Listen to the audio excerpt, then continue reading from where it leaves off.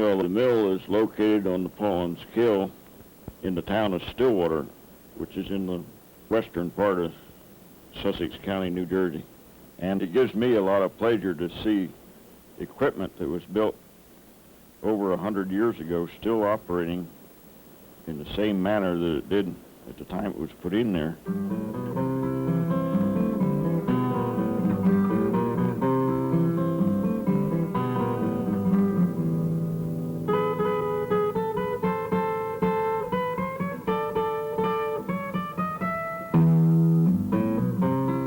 Casper Schaefer built the first mill in 1741, and then he built a bigger mill at the present site in 1764. And I imagine Schaefer and his sons built it together, being a large family. Back in those days, the mill was self-contained. The power was there by itself, and the miller and most of the people living there were independent of anybody else. They grew their own food, and it was more a nature of living, which I enjoy myself. This is the way people lived in those days. They didn't need the outside help for the community to survive. Nowadays, the family as a unit usually works at a different place, where back in the 1800s, the family worked as one unit on the farm.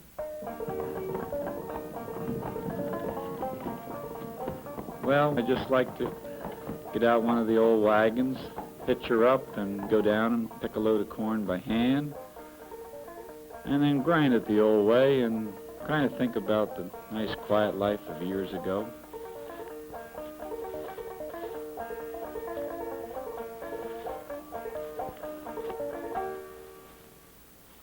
You can use corn, you can cut it early when it's still green and cut it up in little pieces and feed it to the dairy and to the pigs. Or you can wait till it gets hard in the fall and then harvest it out by either picking it by hand, or now we have the corn pickers. But whether it's picked by hand or picked by the machine, it doesn't make any difference to the corn.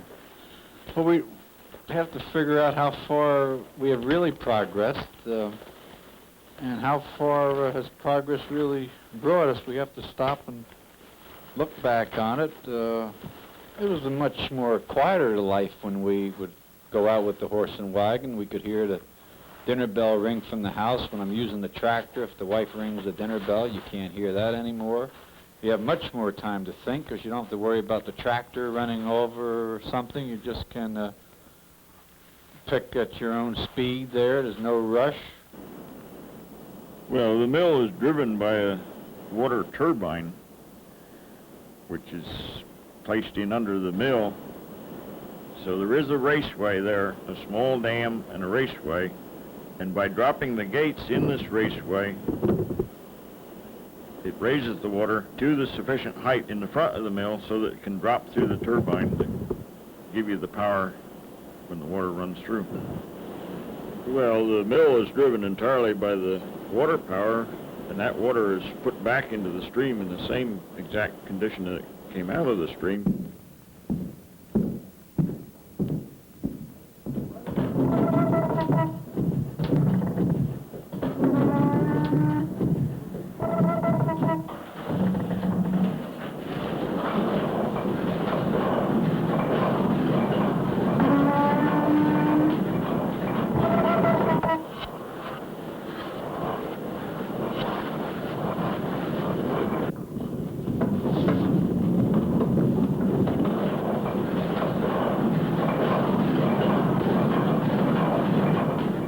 Watch the bell that is on the main drive shaft that swings out due to centrifugal force. And of course, the further out it is, the faster your mill is running, the faster you can feed the grain into the stone.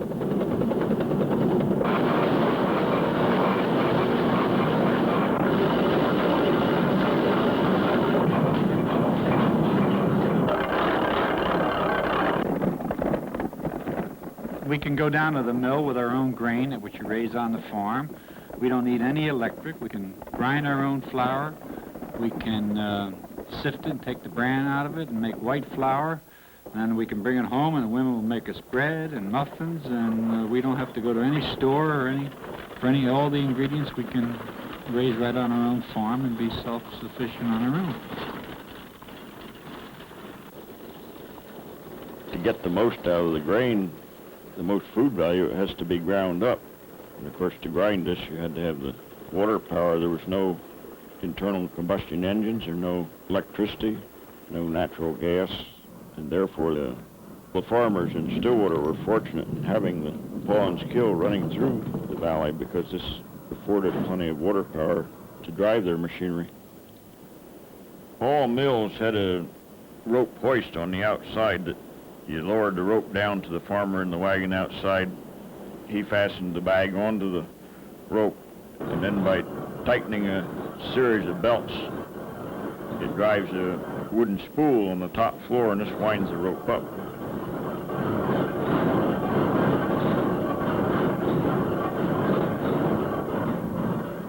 Well, this was a small industry that was actually run by one man, including all the maintenance work.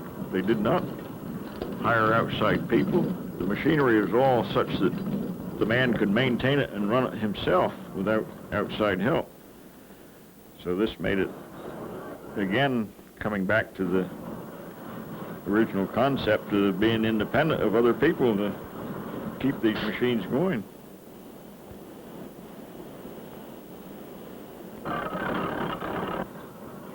Then it's dropped into the bends, and mostly by gravity, the grain drops to the back down to wherever you want it on each floor.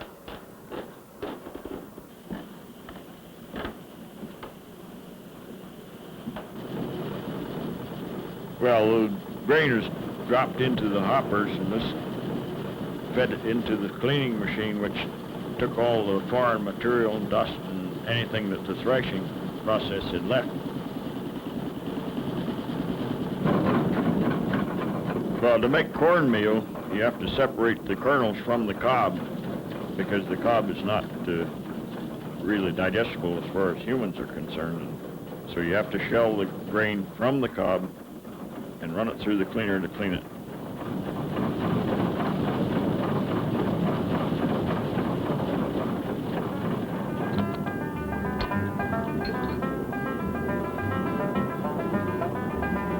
This mill grinds entirely by stones.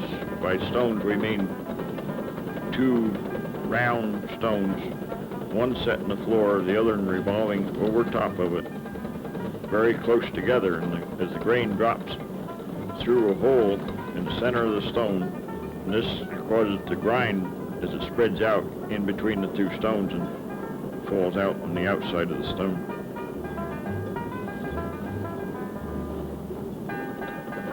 The reason the stone ground flour is better is that it's ground slower, and there's not the terrific heat that's generated when it's ground with a metal grinding process.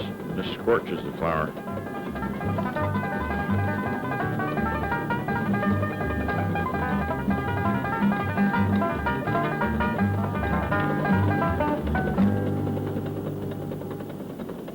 Well, when the mill was rebuilt in 1844, a man by the name of Oliver Evans had perfected the automatic ways of transferring your grain through the mill. And these elevators consist of long belts with small cups on them which run continuously within small hoppers. This picks up the grain and moves it from one floor to the other.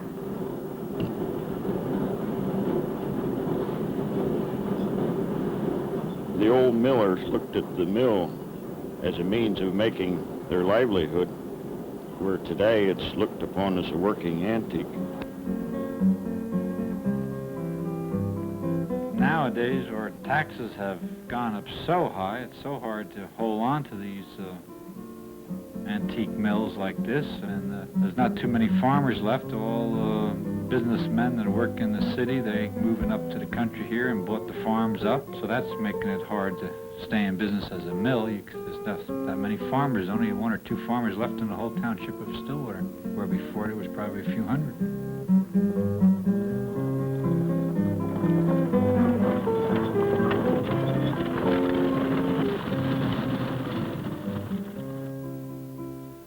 Well, when the miller ground the feed, he took out a portion of the, what they call the toll, a certain portion of the grain for his pay, and he also took some of it home for his own use because most of the millers did not have farms of their own. About 2 years ago, when the bread in the store started going up, I decided I was not going to buy any bread in the store anymore. And I started for quite a while. We ate just the bread that we made. And natural bread has more flavor than the bread that you buy in the stores, in this area anyway. In the city, you can go to the Scandinavian bakers, the Jewish bakers, German, Lithuanian, almost any kind. You can find all sorts of bakeries in the city and get good bread. But here, we have to buy bread that is made in a factory. And I like the bread better that I make because it's rougher, and I think it tastes better. I think that is mostly why we use it.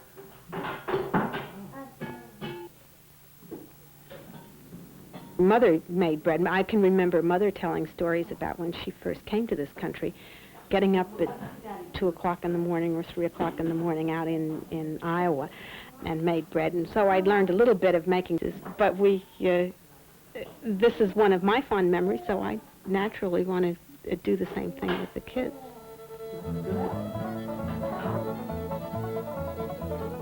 And they enjoy it. They love to do it. They love to make cookies, and they love to make bread. And it's just kind of something that they can do together with somebody, an older person, and it's not, you don't shove them off in a room watching television or something while you're doing something that's necessary.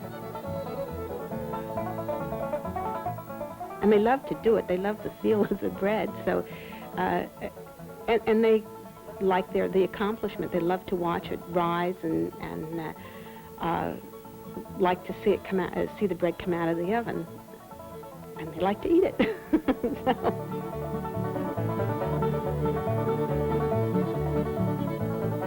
Having a family, you can't just expect everybody to get along. Everybody's got to work at it, but they're your family, and you love them, and you do for them, and I like to bake, and I like to work with the children.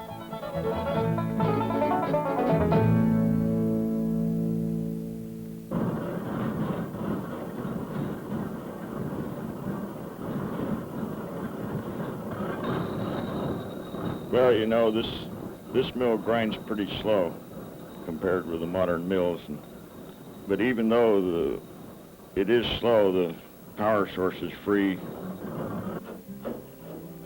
And in this day and age, I think with the wasting of so much energy that we're using a natural resource here that doesn't cost anything and doesn't cost other people any energy either.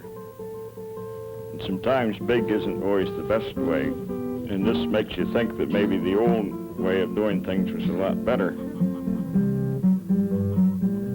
For me, anyway, I like doing things the old way because to me, it just seems like a better way of life.